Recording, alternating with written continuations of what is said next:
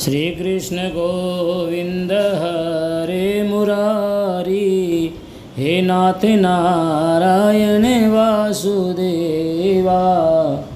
श्री कृष्ण गोविंद हरे मुरारी, हे नाथ नारायण वासुदेवा। अथ चतुर्दशो अध्याय। श्री मैत्रेय जी कहते हैं, वीरवर विदुर जी, सभी लोगों की कुशल चाहने वाले भृगु आदि मुनियों ने देखा कि अंग के चले जाने से अब पृथ्वी की रक्षा करने वाला कोई नहीं रहा। सब लोग पशुओं के समान उच्छल होते जा रहे थे। तब उन्होंने माता सुनीता की सम्मति से मंत्रियों के सहमत न होने पर भी वेन को भूमंडल के राजपद पर अभिषिक्त कर दिया। वेन बड़ा कठोर शासक था। जब चोर डाकुओं ने सुना कि वही राज सिंहासन पर बैठा है, तब सर्प से डरे हुए चूहों के समान वे सब तुरंत ही जहाँ जहाँ छिप गए। राज्यासन में पाने पर वेन 8 लोकपालों की ऐश्वर्य कला के कारण उन्मत्त हो गया और अभिमानवश अपने को ही सबसे बड़ा मानकर महापुरुषों का अपमान करने लगा। वह ऐश्वर्य मत से अंधा हो रथ पर चढ़कर निरंकुश गजराज के समान पृथ्वी और आकाश को कंपाता हुआ सर्वत्र विचरने लगा। कोई भी द्विजाति वर्ण का पुरुष कभी किसी प्रकार का यज्ञ दान और हवन न करें। अपने राज्य में यह ढिंडोरा पिटवा कर उसने सारे धर्म कर्म वेद बंद करवा दिए। दुष्ट वेन का ऐसा अत्याचार देख सारे ऋषि मुनि एकत्र हुए और संसार पर संकट आया समझकर करुणावश आपस में कहने लगे, अहो जैसे दोनों ओर जलती हुई लकड़ी के बीच में रहने वाले चींटी आदि जीव महान संकट में पड़ जाते हैं, वैसे ही इस समय सारी प्रजा एक ओर राजा के और दूसरी ओर चोर डाकुओं के अत्याचार से महान संकट में पड़ रही है। हमने अराजकता के भय से ही अयोग्य होने पर भी वेन को राजा बनाया था, किंतु अब उससे भी प्रजा को भय हो गया। ऐसी अवस्था में प्रजा को किस प्रकार सुख शांति मिल सकती है। मुनि सुनीता की कोख से उत्पन्न हुआ यह वेन स्वभाव से ही दुष्ट हैं, परंतु सांप को दूध पिलाने के समान इसको पालने वालों के लिए अनर्थ कारण हो गया। हमने इसे प्रजा की रक्षा करने के लिए नियुक्त किया था, वह आज उसी को नष्ट करने पर तुला हुआ है। इतना सब होने पर भी हमें इसे समझाना अवश्य चाहिए। ऐसा करने से इसके किए हुए पाप हमें स्पर्श नहीं करेंगे।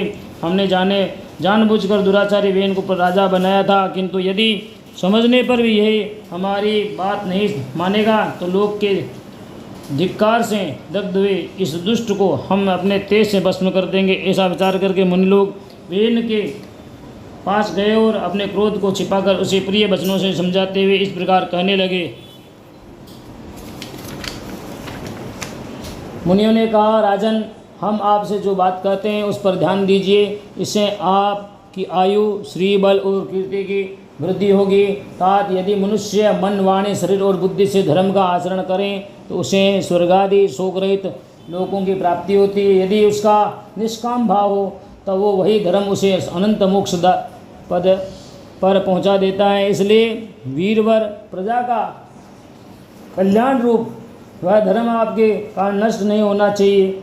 धर्म के नष्ट होने से राजा भी ऐश्वर्य से च्युत हो जाता है। जो राजा दुष्ट मंत्री और चोर आदि से अपनी प्रजा की रक्षा करते हुए न्यायानुकूल कर लेता है, वह उस लोक में और परलोक में दोनों जगह सुख पाता है। जिसके राज्य अथवा नगर में वर्णाश्रम धर्मों का पालन करने वाले पुरुष स्वधर्म पालन के द्वारा भगवान यज्ञ पुरुष की आराधना करते हैं, भाग अपनी आज्ञा का पालन करने वाले उस राजा से भगवान प्रसन्न रहते हैं, क्योंकि वे ही सारे विश्व की आत्मा तथा संपूर्ण भूतों के रक्षक हैं। भगवान ब्रह्मा आदि जगदीश्वरों के भी ईश्वर हैं। उनके प्रसन्न होने पर कोई भी वस्तु दुर्लभ नहीं रह जाती।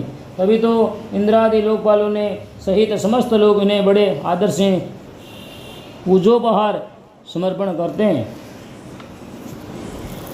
राजन, भगवान श्रीहरि समस्त लोकपाल और वहाँ यज्ञों के नियंता हैं।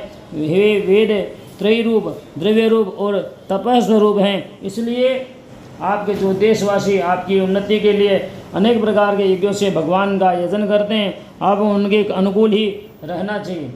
अब जब आपके राज्य से ब्राह्मण लोग यज्ञों का अनुष्ठान करेंगे, तब उनकी पूजा से प्रसन्न होकर भगवान के अंश स्वरूप देवता आपको मनचाहा फल देंगे।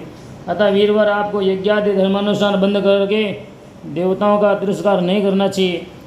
वीर ने कहा, तुम लोग बड़े मूर्ख हो, खेद है, तुमने अधर्म में ही धर्म बुद्धि कर रखी है, तभी तो तुम जीविका देने वाले मुझ साक्षात पति को छोड़कर किसी दूसरे जगतपति को उपासना करते हो। जो लोग मूर्खतावश राजारों परमेश्वर का अनादर करते हैं, उन्हें न तो इस लोक में सुख मिलता है और न परलोक में। अरे जिसमें तुम लोगों की इतनी भक्ति है, वह यज्ञ पुरुष हैं कौन? यह तो ऐसी ही बात हुई जैसे उल्टा स्त्रियां अपने विवाहित पति से प्रेम न करके किसी परपुरुष से आसक्त हो जाए।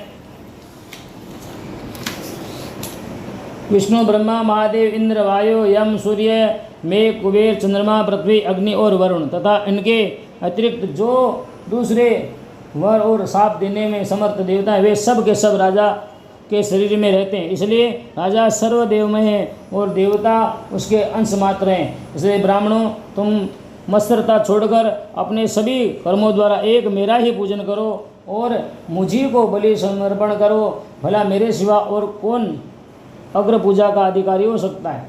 श्री मैत्रेय जी कहते हैं, इस प्रकार विपरीत बुद्धि होने के कारण वह अत्यंत पापी और कुमार्गामी हो गया था। उसका पुण्य क्षीण हो चुका था। इसलिए मुनियों ने बहुत विनयपूर्वक प्रार्थना करने पर भी उसने उनकी बात पर ध्यान नहीं दिया।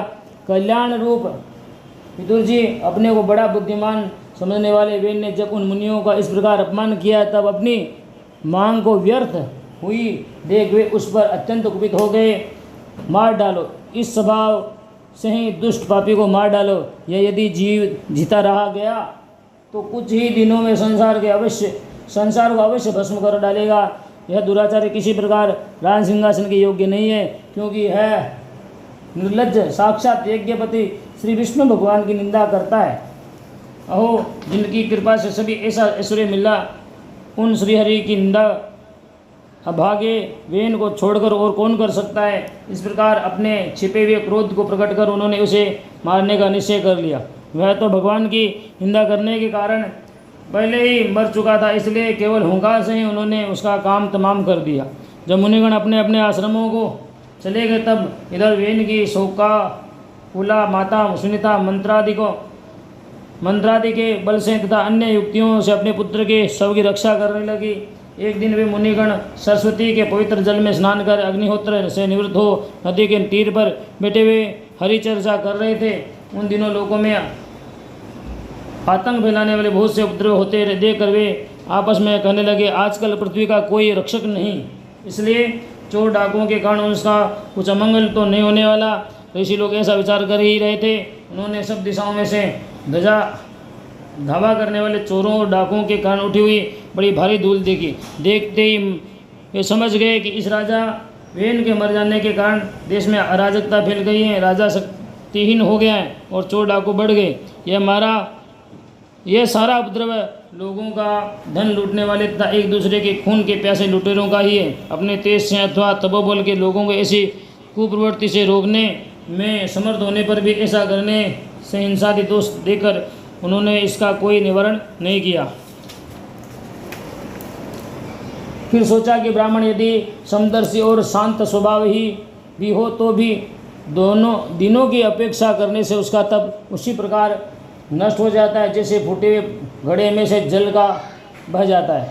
फिर राजर्षि अंग का वंश भी नष्ट नहीं होना चाहिए, क्योंकि इसमें अनेक अमोघ शक्ति और भगवत परायण राजा हो चुके हैं। ऐसा निश्चय कर उन्होंने मृत राजा की जांघ को बड़े जोर से मथा। उसमें से एक बोना पुरुष उत्पन्न हुआ। वह कोए के समान काला था। उसके सभी अंग और खासकर भुजाएं बहुत छोटी थी, जबड़े बहुत बड़े, टांगे छोटी, नाक चपटी, नेत्र लाल और केश तांबे के से रंग के थे। उसमें बड़ी दीनता और नम्र भाव से पूछा कि मैं क्या करूं? तो ऋषियों ने कहा, निषीद बैठ जा। इससे वह निषाद कहलाया। उसने जन्म लेते ही राजा वेन के भयंकर पापों को अपने ऊपर ले लिया, इसलिए उसके वंश पर निषाद ही हिंसा, लूटपाट आदि पाप कर्मों में रत रहते हैं। अतः वे गांव और नगर में न टिककर वन और पर्वतों में ही निवास करते हैं। इति श्रीमद्भागवत महापुराणे परमहंस्यां संहितायां चतुर्स्कंधे तथोचरिसादोत्पत्तिर्नाम चतुर्दशोऽध्यायः। बोले श्री कृष्णचंद्र भगवान।